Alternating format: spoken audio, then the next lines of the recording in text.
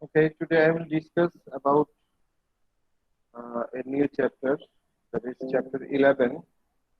I will give you some question from this chapter, and if you follow this question, then you can answer the question in the first term exam. We will discuss two types of question. That is, at first to determine the arithmetic mean. At first, we will discuss how to determine the arithmetic mean from a table and make a cumulative frequency table. So, at first, the question number 16 from chapter 11. I will practice some more questions. At first, I will start from chapter 11, 16 number question from your exercise. The first question is make a cumulative frequency table. So, to solve this problem, you need to make a table with three columns. In the first column, the class interval, in the second column, the frequency, and in the third column, it will be the cumulative frequency.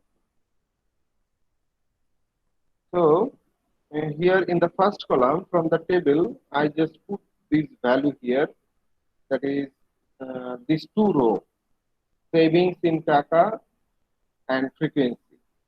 I just put this value here accordingly. Now, how to calculate the cumulative frequency? To calculate the cumulative frequency, first we will write down the first frequency. Then it is very easy. Then I just add these two terms. Which term?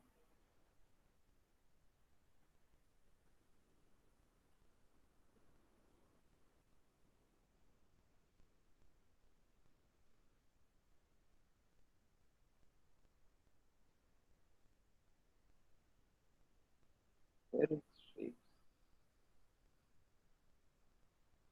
Okay, let me color this. This data and this data. If I just add these two data, then it will be 14. And again, I will add these two data, this one and this one, and write the result here. Cumulative means the total sum. Here you will find how much data is present up to these three classes. So if I add these two, it will become 27. Again, 27 will be added, this one and this one. If I add these two one, it will be 37. And again,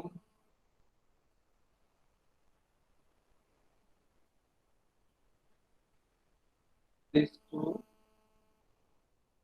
it will be 45. And last, this one and this become 50. Do you understand how to find out the cumulative frequency? No, sir. Who said no, sir? No. No. Okay. Let me clarify again. At first, you have to make a table with three columns. The first column will be class interval, the second column will be frequency, and the third column will be cumulative frequency. The data of the first column, that is the class interval, you will get this data from your table, this data. Then frequency, you just add this frequency here. Okay, so these two data will come from directly from the table. Now the next column, how to determine the value of this next column? It is the cumulative frequency. That is, this is the first frequency. There is no other frequency before this one, so we write this. Then look at the color. That is this yellow color and yellow color. These two color will add and come here. That is 8 and 6. The addition is 14, so we write the 14 here. Again 14 and 13 will be added to make it 27. Again 27 and 10, it will make 37. 37 and 8, it makes 45. 45 and 5, it makes 50. That is, as a whole, there are 50 data in this table. Is it clear now, Yes, sir. everyone? Yes, sir. Yes, sir. Okay, this is the first part of the question. The next part of the question, find the arithmetic mean from the table. So I have already, okay, to solve this problem, like the previous one, we will make a table with 4 columns. We will make a table with 4 columns. Okay, in the first column, it is class interval, as I mentioned earlier, and in the third column, it is the frequency. So we have to fill up these 2 columns with appropriate data. These 2 columns, that is mid value and the mid value into frequency. So at first, what is the mid value? Mid value will be the average of these 2 values.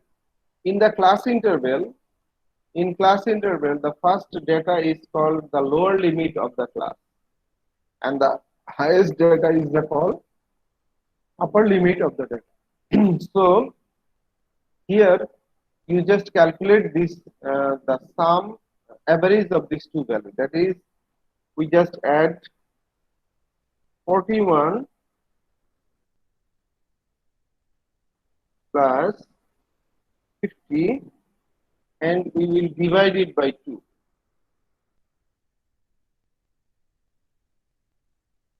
We will divide it by 2. So this is the mid value of this class. Do you understand how to find the mid value? You Yes, sir. just add these 2 values, that is 41 plus 50 and divide it by 2. That is mid value of this class. 41 to 50, the mid value of this class. Is it clear? Yes, sir. Yes, sir. Okay. So next, similarly, the next data will be filled up and we can write it, that will be 55.5. It will be 65.5. We don't need to calculate all these values because we can understand there will be a pattern here. That is, the mid value will be increased by 10. So it will be 75.5,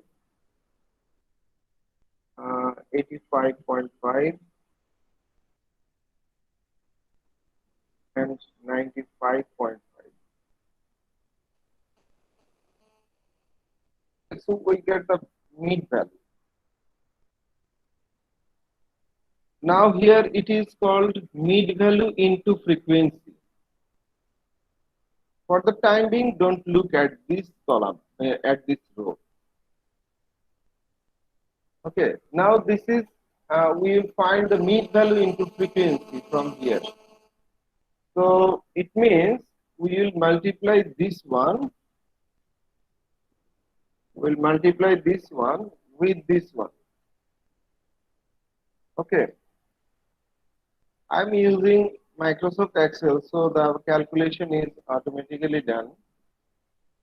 But you have to calculate it with your calculator and calculate all these values. Okay, I just multiply these 2 terms. Is it clear? Yes, sir. Okay, in the last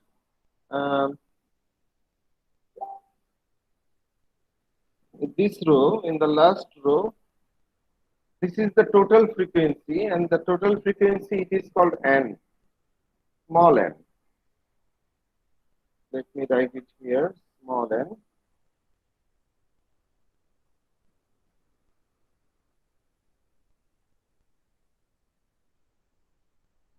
The value of small n is the sum of these two, sum of this frequency. Here, can you see a symbol? It is called summation sign. So I just calculate it. You just add this value with your calculator, okay? Now, in this column also, I just add this value here and find the total sum here. Okay.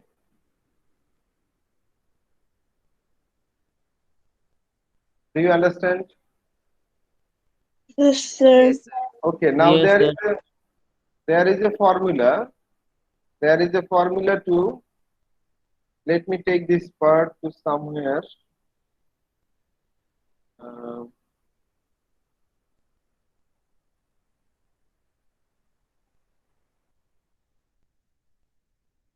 okay, this value we have calculated this value, and you will calculate with your calculator. Now you have to use a formula to find the arithmetic mean. So to find the arithmetic mean, there is a formula arithmetic mean.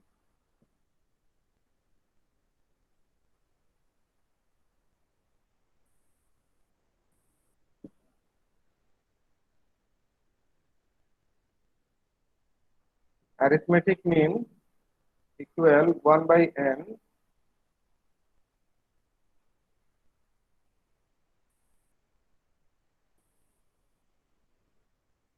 and there is a symbol here. It is called summation symbol and it is said I equals 1 to k. What does it mean? I will explain. Fi into xi.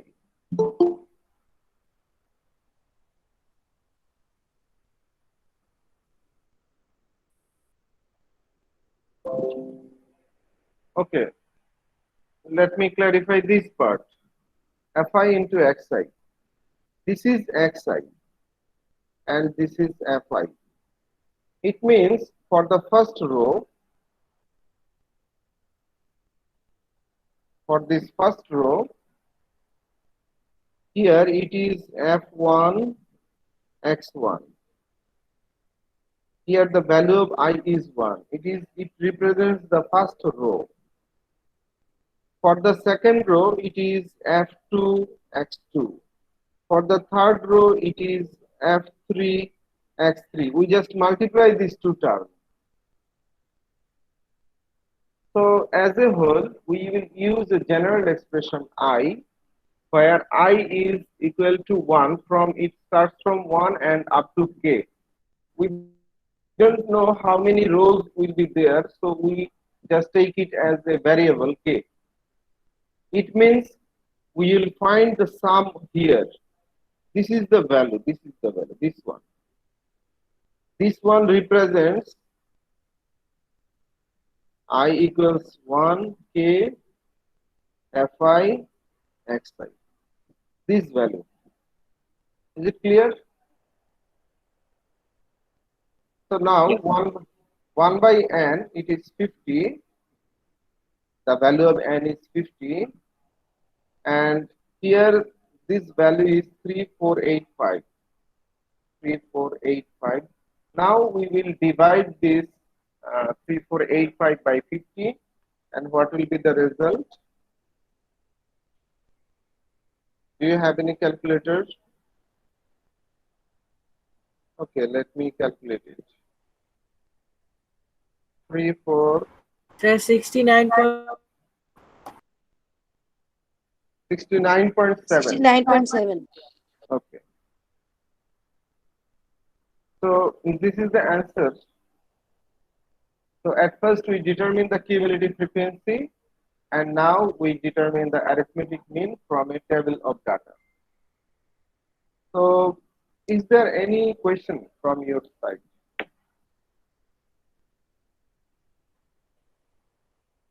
We have solved two questions from here. One is cumulative frequency and another is arithmetic mean from a given table. And there are some questions in your book That is question number 14. In question number 14, there is a different question. Draw the histogram from the following data. For this term, I will not cover histogram. Histogram, I will cover it in the second term exam. So for this term, uh, you just calculate the arithmetic mean. There are two parts of this question. What is the arithmetic mean of monthly wages of the labor, and draw the histogram of the following data. So there are two questions here. You just um, answer one question. You just practice one question from here, only the arithmetic mean part. So there is also another question in 13, question number 13. Find the arithmetic mean and draw histogram. So you just find the arithmetic mean. Now, can you solve this type of question? The method is similar. The method is similar. You just make a table with 4 columns. In the first column, like this one. In the first column, it will be class interval. In the second column, it will be mean value. In the third column, it will be frequency. And in the fourth column, it will be mean value into frequency. Then you just calculate this value and put this value in this equation, in this formula. Then you will get the arithmetic mean, and to find the cumulative frequency table, I have already showed you how to find the cumulative frequency of the table. Do you have any question with this two example or two exercise?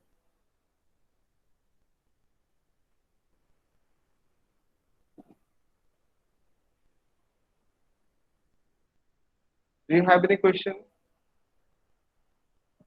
No, sir. Okay, I just recorded this video.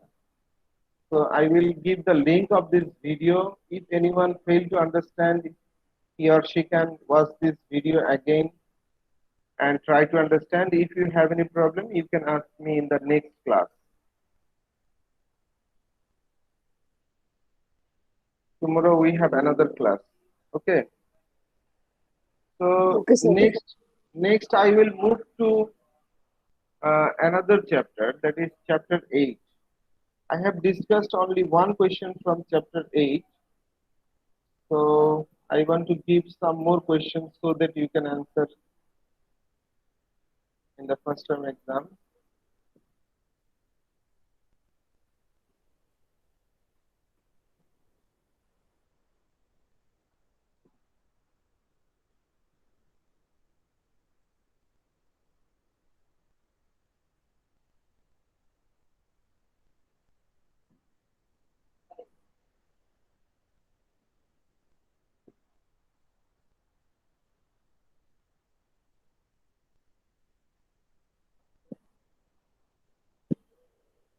Okay.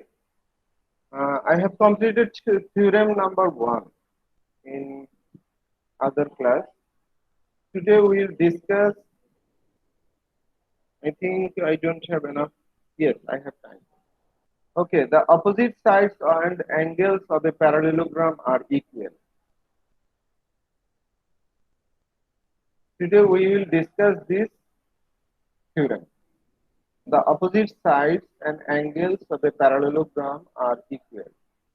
So let us do this.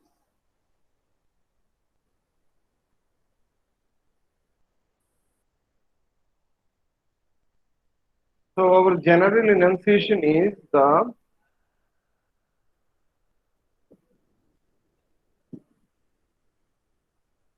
opposite sides of a parallelogram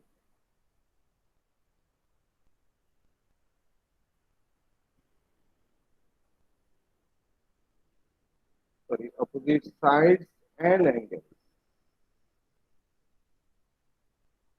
of a parallelogram are equal. Okay, this is our theorem. So, you know the theorem has a general enunciation part, and the next one is proposition. So now we will write the proposition. The proposition means According to the general enunciation, we will draw a diagram. Then from this diagram, we will prove this theorem. So in the proposition, we will describe what will be the figure and how do we, what we have to prove. So as from the definition of parallelogram, you know, in a parallelogram, the opposite sides are parallel. This is the definition of a parallelogram. So I just draw a freehand diagram of a parallelogram. You will draw it using your uh, scale, compass, etc. So let us take this parallelogram as ABCD. So we can write ABCD is a parallelogram.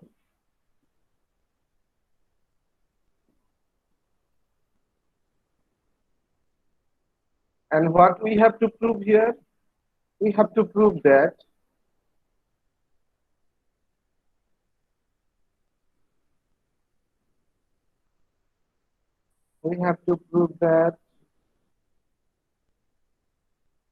AB opposite sides are equal. That is AB equals CD and AD equal BC, and also the opposite angles. That is angle A equals angle C and angle B equals angle D. So this is the proposition part. To prove this theorem, we have to draw some more information. That is, we have construction. So the construction part.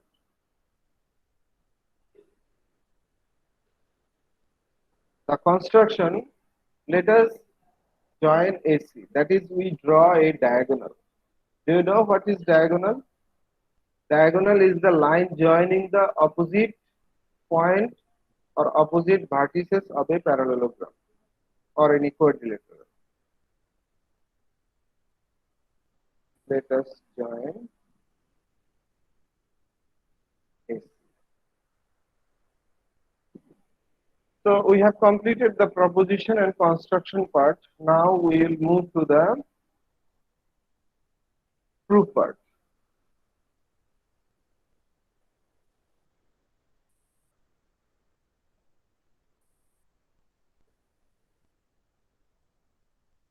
Okay, proof.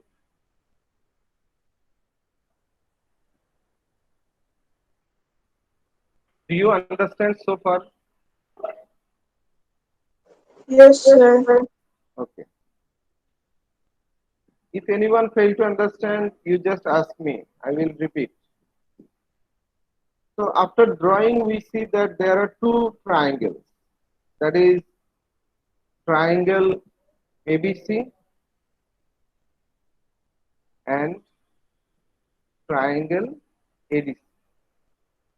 After drawing this diagonal divide this parallelogram into two triangles. Now we will make this two triangle congruent. So in triangle ABC and triangle ADC, we can say AB parallel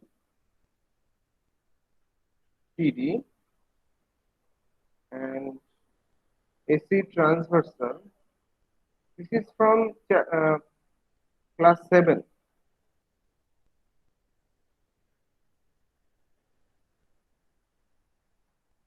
If two lines are parallel and another line intersect them, then we can say um, the alternate angles are equal. So we can say these two angles are equal. These are two alternate angles.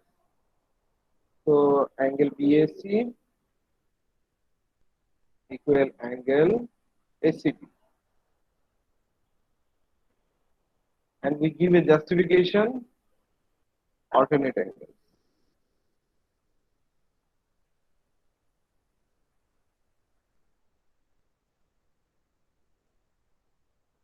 Okay, again, uh, AD parallel BC,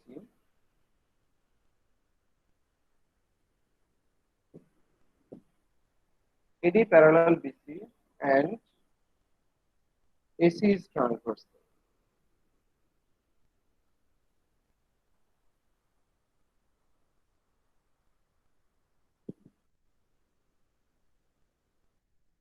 AC transversal.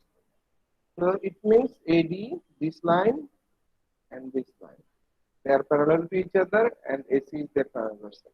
For your convenience, I am just drawing only this part here. This is AD and this is BC and AC is the transversal. So we can here these two angles are formed. These are two alternate angles. So we can write these two angles are equal. It means DAC or ACB, angle ACB equal angle DAC. So we have two angles equal. Now we just need a one side. Then we can use ASA theorem. And we see AC is common in both triangles. AC is common in both. So here we have one angle, this is another angle, a side. So ASA, angle side angle. That means we can say triangle ABC and triangle ADC are congruent. Therefore, triangle ABC congruent triangle ADC.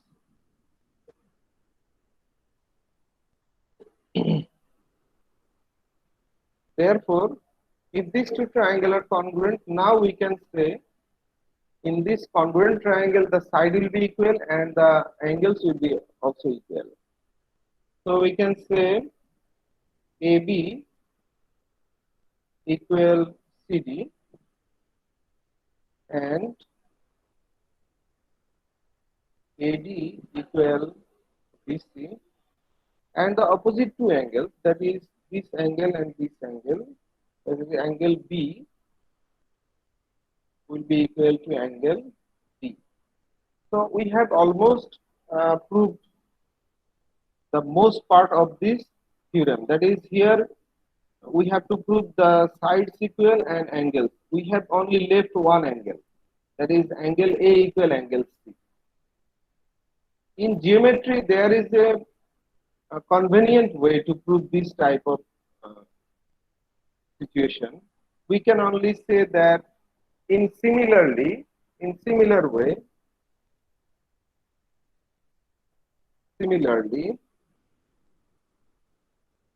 by joining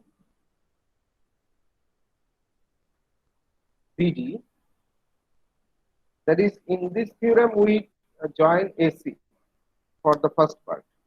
Now if we join BD, then there will be two triangles ABD and BCD, and we can also prove them congruent, and in the same manner we can say the two angles will be equal. By joining BD we can prove sorry.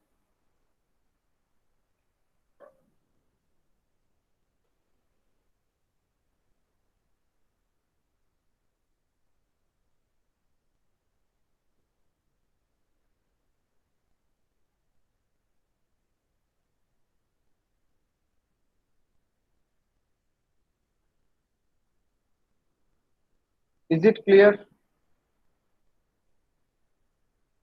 Do you have any question from this theorem?